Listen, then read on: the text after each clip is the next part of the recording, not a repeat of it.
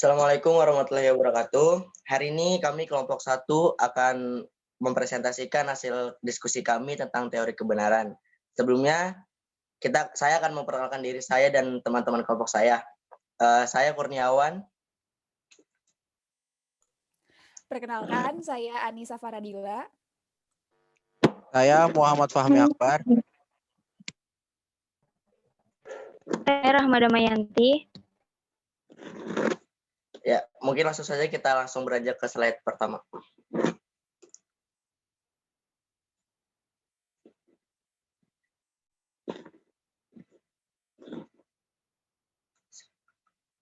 Oke, apa itu teori kebenaran? Teori kebenaran adalah teori yang berdasarkan pengetahuan dan kebenaran memiliki ikatan yang amat sangat kuat. Manusia selalu berpikir bahwa mereka harus terus berusaha untuk menemukan pengetahuan yang benar. Sebab pada hakikatnya, kebenaran adalah tujuan dari aktivitas ilmu pengetahuan yang berkembang. Oke, next.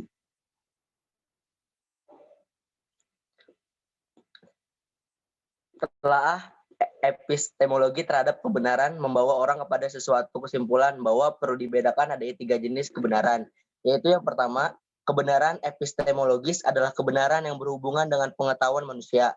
Kebenaran ontologis adalah kebenaran sebagai sifat dasar yang melekat pada hakikat segala sesuatu yang ada atau diadakan.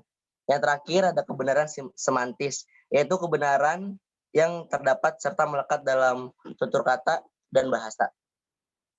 Next. Selanjutnya ada macam-macam teori kebenaran. Yang pertama ada korespondensi, koherensi, dan pragmatis. Yang selanjutnya akan dijelaskan oleh teman-teman saya.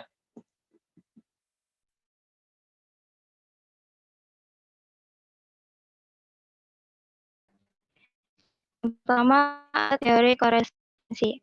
Teori korespondensi atau correspondence theory of truth memandang bahwa kebenaran adalah kesesuaian antara pernyataan tentang sesuatu dengan kenyataan sesuatu itu sendiri.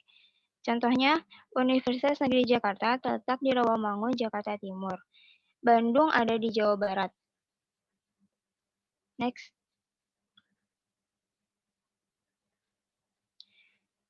Teori korespondensi ini pada umumnya dianut oleh pengikut realisme, diantaranya Plato, Aristoteles, More, Russell, Ramsay, dan Tversky.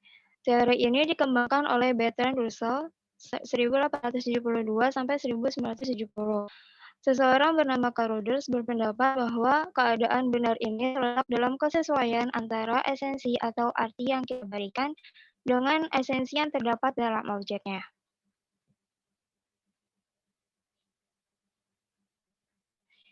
Terdapat dua pandangan dalam permasalahan, apakah realitas itu objektif atau subjektif. Di antaranya, idealisme epistemologis berpandangan bahwa setiap tindakan mengetahui berakhir di dalam suatu ide yang merupakan suatu peristiwa itu subjektif. Next. Realisme epistemologis berpandangan bahwa terdapat realitas yang independen atau tidak tergantung, yang terlepas dari pemikiran, dan kita tidak bisa mengubahnya bila kita mengalaminya atau memahaminya. Itulah sebabnya realisme epistemologis kadangkala disebut objektivisme. Dengan perkataan lain, realisme epistemologis atau objektivisme berpegang kepada kemandirian kenyataan, tidak tergantung yang ada di luarnya.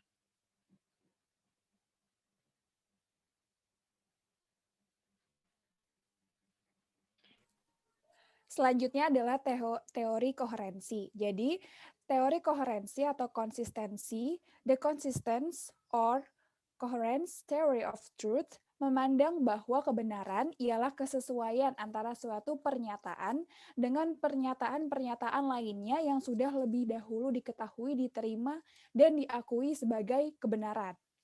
Nah, contoh dari teori koherensi yaitu adalah teori matematika yang berdiri atas dasar kebenaran.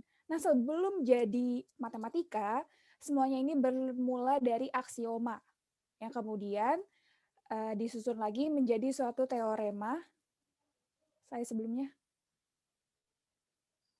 teorema, dan kemudian disusun lagi menjadi beberapa kaidah-kaidah matematika, lalu berakhir menjadi suatu kesimpulan. Ilmu matematika dan turunan-turunannya ini berasal dari teori yang dikumpulkan, jadi pernyataan-pernyataan sebelumnya yang kemudian disepakati dengan komunitas matematika yang kemudian jadi teori yang berkembang sampai sekarang. Selanjutnya.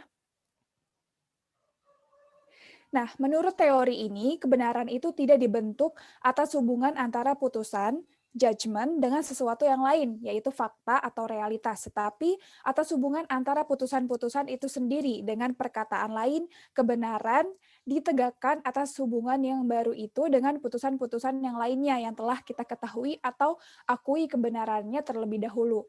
Jadi, the truth is consistent and systematic. Jadi, kebenaran itu konsisten dan juga sistematis. Artinya berurutan dari pernyataan yang lama ke pernyataan yang baru.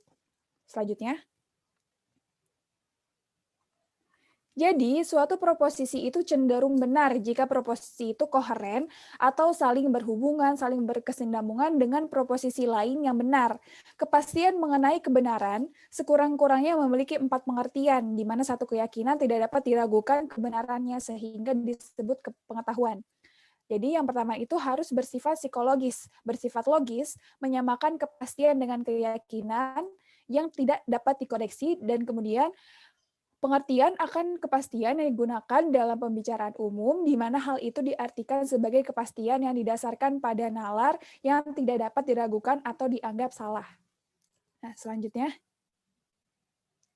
Teori konsistensi atau koherensi ini berkembang pada abad ke-19 di bawah pengaruh Hegel dan diikuti oleh pengikut mazhab idealisme, berbeda dari teori korespondensi yang dianut oleh beberapa mazhab realisme.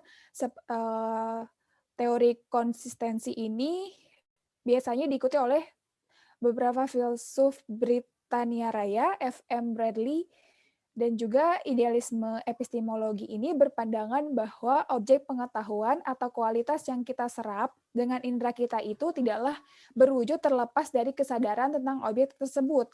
Itulah sebabnya teori ini sering disebut subjektivisme. Kemudian dapat kita simpulkan bahwa teori koherensi ini pertama, dia itu harus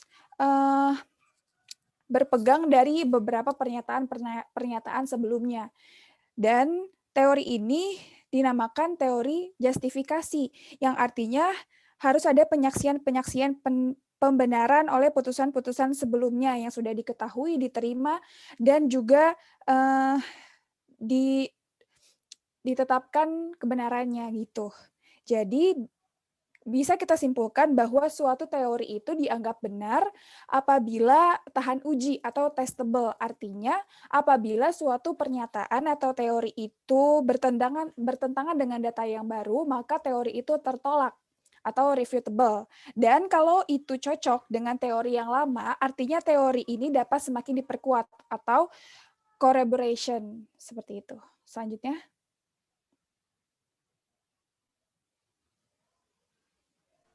Selanjutnya ada teori pragmatis. Teori pragmatik atau the pragmatic theory of truth adalah teori kebenaran yang memiliki kriteria suatu pengetahuan adalah benar apabila memiliki kegunaan praktis atau manfaat dalam kehidupan. Contoh teori pragmatis itu kemunculan smartphone yang mempermudah kegiatan manusia sehari-hari. Lalu kemajuan teknologi transportasi yang menyingkat waktu perjalanan manusia.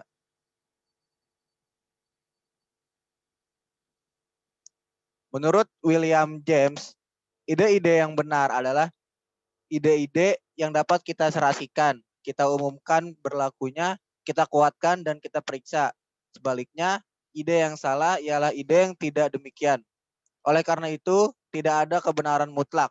Yang ada hanyalah kebenaran-kebenaran, yaitu apa yang benar dalam pengalaman-pengalaman khusus. Masalahnya sekarang ialah apa yang dimaksud dengan hasil yang memuaskan atau satisfactory result. Itu antara lain dikemukakannya oleh penganutnya. Yang pertama, sesuatu itu benar apabila memuaskan keinginan dan tujuan manusia. Kedua, sesuatu itu benar apabila dapat diuji benar dengan eksperimen. Ketiga, sesuatu itu benar apabila ia mendorong atau membantu perjuangan biologis untuk tetap ada. Jadi, bagi para penganut teori pragmatis, batu ujian kebenaran ialah kegunaan atau utility dan dapat dikerjakan atau workability, akibat atau pengaruhnya yang memuaskan, atau satisfactory consequence. Menurut pendekatan ini, tidak ada apa yang disebut kebenaran yang tetap atau kebenaran yang mutlak. Terima kasih presentasi dari kelompok kami. Bila ada kekurangan mohon dimaafkan. Saya mewakili teman-teman saya pamit undur diri. Wassalamualaikum warahmatullahi wabarakatuh.